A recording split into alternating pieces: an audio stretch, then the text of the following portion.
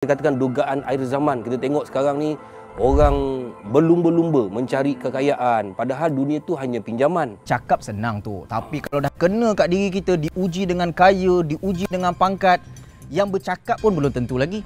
Boleh keluar tak daripada pintu perangkap dunia ni?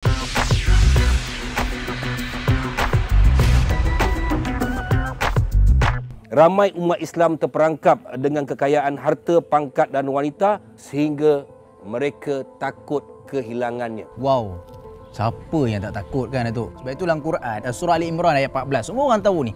Kata Allah, zuyyina linnas hubbus syahawat minan nisa wal qanatiril muqantarati minaz zahabi wal fiddah wal khailil musawwamati wal an'am wal hars zalika mata'ul hayatid dunya. Allah Ta'ala sebut dalam Al-Quran ni, mudah kita faham, dijadikan apa yang diinginkan pada manusia. Kalau lelaki, perempuan-perempuan, kereta-kereta. Ada dalam Al-Quran sebut kuda, kita kereta lagi ni. Semua benda ni manusia suka. Pangkat, kuasa, zahab wal fiddah, emas, perak. Tapi apa yang Datuk sebut tadi dah diceritakan dalam Quran tadi, manusia terperangkap. Maknanya itu dugaan lah. Itu dugaan lah. Maksudnya Allah Ta'ala jadikan kecantikan, pangkat, darjat, itu fitrah, kita suka. Tak salah kita dapat benda tu. Tapi yang problem tu bila kita terperangkap dalam tu. Kita tak boleh nak keluar. Kita tak boleh nak paksa diri kita nak keluar daripada keinginan ni tadi. Allah Ta'ala bagi tu dalam Quran ni, itu hanyalah perhiasan. So mana perhiasan, kita boleh jadikan ia sebagai pakaian kita dan kita boleh tanggalkan. Perhiasan boleh pakai, boleh cabut. Mana boleh pakai sampai bila-bila? Itu yang problem tu. Kalau manusia terperangkap, habis. Mana maunya Ustaz? Dah tengok kita pakai kereta kecil, tengok orang pakai kereta besar, kita nak pakai kereta besar. Nafsu. Sebab itu yang perangkap kita. Itu yang manusia ni, dia tak faham mana keperluan dan juga kehendak dia. Inilah dikatakan dugaan akhir zaman. Kita tengok sekarang ni orang berlumba-lumba mencari kekayaan, padahal dunia tu hanya pinjaman. Cakap senang tu, tapi kalau dah kena kat diri kita, diuji dengan kaya, diuji dengan pangkat, yang bercakap pun belum tentu lagi. Boleh keluar tak daripada pintu perangkap dunia ni? Itu persoalan kita. Kalau kita dapat menggunakan dengan sepenuhnya, kita akan menjadi orang yang bijak, insya-Allah. Orang yang berotak lah. Orang berotak. Otak tu ada. Orang ada otak, Ustaz.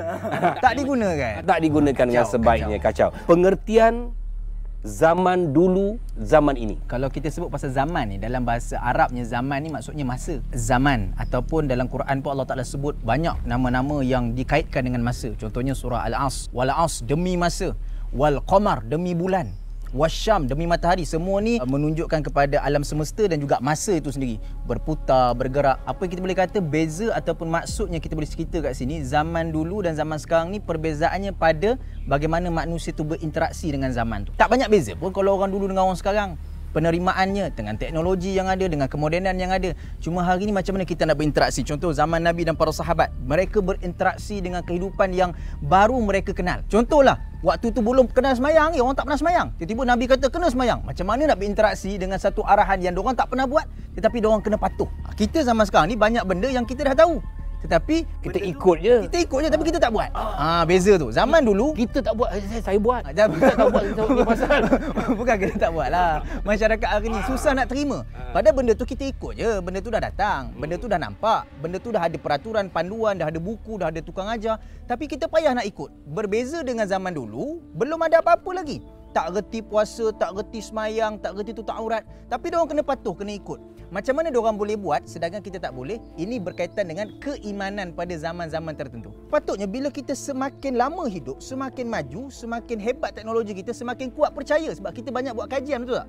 Ahli sains buat kajian pasal ni, kita nampak dah. Oh begini. Tapi dugaan ni pun banyak, Ustaz. Sebab itulah dia balance tau antara ujian. Sama ke dugaan dulu dengan dugaan sekarang? Kita kata zaman sekarang dengan zaman dulu sama juga dugaan dia. Zaman sekarang ni benda yang kita mungkin tak nampak, tapi panduan, tunjuk ajar semua dah ada depan mata kita. Zaman sahabat tu diorang nampak Nabi, diorang nampak mukjizat tu. Mungkin kepercayaan tu lebih lagi, dan buktinya kepercayaan tu lebih. Diorang tengok muka Nabi, diorang tengok Nabi bercakap, diorang terus yakin 100%. Diorang ikut.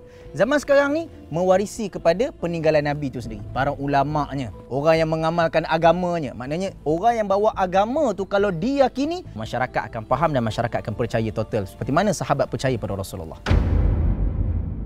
Huraikan 5 fasa dalam Islam. Panjang tu. Zaman nubuwah, zaman khilafah, zaman kerajaan Umayyah, zaman moden, zaman Imam Mahdi. Sebenarnya zaman-zaman ni yang kita sebut Nabi dah bagi tahu. Kan? First Nabi sebut khairukum qarni. Sebaik-baik kamu adalah zaman aku. Summa yalunaha wa summa yalunaha. Kemudian zaman selepas aku dan zaman selepas daripada aku, iaitu zaman sahabat dan zaman-zaman selepas sahabat. Maknanya selepas zaman Nabi, zaman nubuah, zaman khulafa ar-rasyidin, 4 orang khalifah tu. Kemudian zaman-zaman pemerintahan Islam, Umayyah, Abbasiyah, Fatimiyah, Ayubiyah, Utsmaniyah, Turki Utsmaniyah, dan sampailah ke zaman kita, zaman Imam Mahdi ataupun zaman kebangkitan, zaman fitnah. Akan melalui proses zaman fitnah tu. Baru zaman Imam Mahdi. Maksud zaman fitnah ni berlaku kerosakan kat dunia ni, manusia mempercayai orang yang batil. Manusia nampak benda yang menipu, orang percaya. Orang suka dengan orang yang batil sebab kebatilan tu nampak benar, kebatilan tu nampak cantik, kebatilan tu nampak diterima. Maksud kebatilan ni keburukan lah. Manusia terima benda-benda macam tu. Masa tu kita dah ada lah ni Ustaz. Ini zaman kita. Nabi sebut banyak dah macam orang-orang yang kaki kelentong, kaki temberang. Itu satu. Yang kedua, benda yang buruk, benda yang kotor, benda yang najis dijadikan duit. Apa maksudnya? Contoh dalam media sosial, itu dijadikan konten-konten untuk mereka invest diri mereka, untuk cari duit, untuk kekayaan. Sebab diorang terima. Tapi dia kena survive sah. Ini yang kita cerita ni, zaman fitnah. Zaman benda yang batil yarawna haqqan. Benda yang batil nampak betul, benda yang betul orang tak boleh terima. Cuba Datuk buat baik. Orang nak tengok tak? Orang nak cakap tak? Tak nak. Tapi sekali kita buat jahat, orang akan korek, orang akan naikkan nama, dan manusia suka apabila nama diangkat dengan nama yang buruk. Kerana itu adalah belanja, pelaburan untuk menunjukkan biar aku malu, tapi aku popular.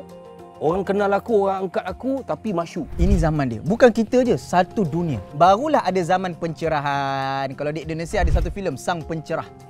Ceritanya nak menunjukkan di akhir nanti ada satu ikon, satu manusia yang datang untuk memberi penerangan. Yang mana buruk, yang mana benar. Dan paling menakutkan, di waktu dah bagi pencerahan tu pun, orang tak boleh terima. Ini Dajjal ni, jangan ikut. Tak. Orang ni orang baik. Ini orang baik ikut. Tak. Orang ni orang jahat.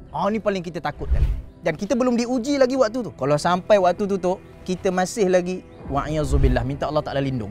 Ini kita balik pada yang soalan pertama Datuk tadi ni. Bila kita terperangkap dalam kesemua yang kita cinta, yang kita miliki, kita payah nak tolak. Walaupun dia datang daripada sumber yang tak baik. Allah kata dunia itu adalah dugaan untuk engkau. Hanya sekejap saja. Kan, bukannya lama pun. Kalau mati umur 60, kejap. Waktu akhirat, satu hari di akhirat 1000 tahun. Allah. Kan, jadi maknanya sekejap je. Padahal kat sana lagi best. Tapi kenapa orang tak nampak Ustaz, sana lagi best? Sana nak viral ke nak apa, tak salah Ustaz. Kenapa orang ambil yang dunia ni Ustaz? Apa sebab? Balik kepada kecintaan tadilah. Kefahaman dia. Niat dan matlamat dia hidup. Kita ni berasaskan kepada kenapa kita hidup. Kalau orang tu hidup semata-mata kerana barang yang dia nampak itu, yang dia kena habiskan dekat dunia, dia takkan dapat habiskan. Sebab benda tu dia tak rasa puas. Dia nak dapat lagi. Tapi kalau dia faham, esok ke hari akhirat Allah Ta'ala simpan satu benda tau. Dan ini balik kepada percaya ni tu. Balik kepada yakin, balik kepada percaya. Yang kita nak train masyarakat kita, mindset masyarakat kita, kau kena faham benda ni. Kepercayaan ni. Kepercayaan hidup di dunia ataupun kepercayaan hidup di hari akhirat. Apa yang berlaku dekat sekeliling kita, kita nampak benda tu benar. Benda tu benar. Itu ujian.